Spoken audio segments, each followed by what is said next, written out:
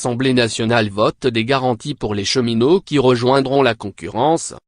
La ministre des Transports, Elisabeth Borne, a défendu des garanties de haut niveau et assuré que ce sac à dos social serait complété d'ici à l'examen du projet de loi de réforme ferroviaire au Sénat à la fin de mai, en fonction des concertations en cours avec les organisations syndicales. L'article adopté prévoit des transferts prioritairement au volontariat, ce qui, a souligné la ministre, reprend les propositions avancées par les organisations syndicales qui ont accepté de rentrer dans les discussions.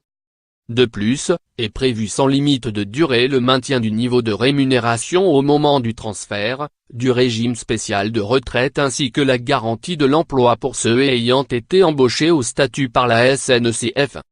Les députés ont validé un amendement du rapporteur Jean-Baptiste Djebari, le REM, pour la conservation des avantages accordés par l'entreprise historique, comme les facilités de circulation ou l'accès aux médecins spécialisés. Lire aussi. Que contient le projet de loi sur la réforme de la SNCF, dont l'examen débute à l'Assemblée.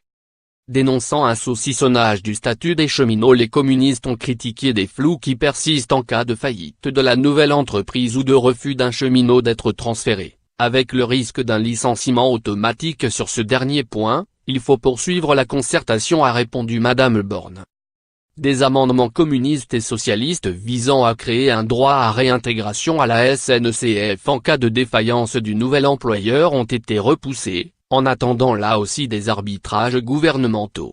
D'autres amendements de gauche ont été rejetés au motif qu'il fallait laisser de la souplesse aux nouvelles entreprises qui peuvent, selon la ministre, avoir de nouvelles idées, de nouveaux services. La nouvelle présidente des députés PS, Valérie Rabault, a cherché, en vain, à inscrire que l'ancienneté des employés soit reprise en cas de transfert.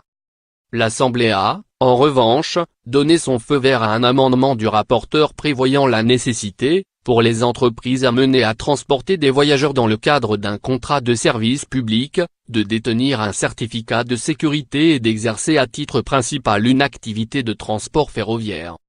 Il en découlera pour les salariés l'application de la convention collective de la branche ferroviaire. Des députés, y compris dans la majorité, s'étaient inquiétés de l'arrivée d'opérateurs étrangers pouvant ne pas y être soumis. Lire aussi.